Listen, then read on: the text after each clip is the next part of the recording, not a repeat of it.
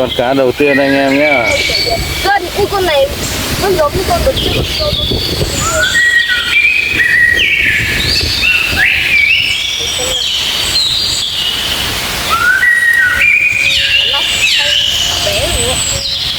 Ui, con này.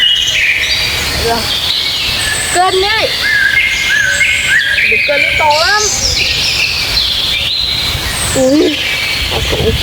Báo cá anh em nhá, con cá đầu tiên này.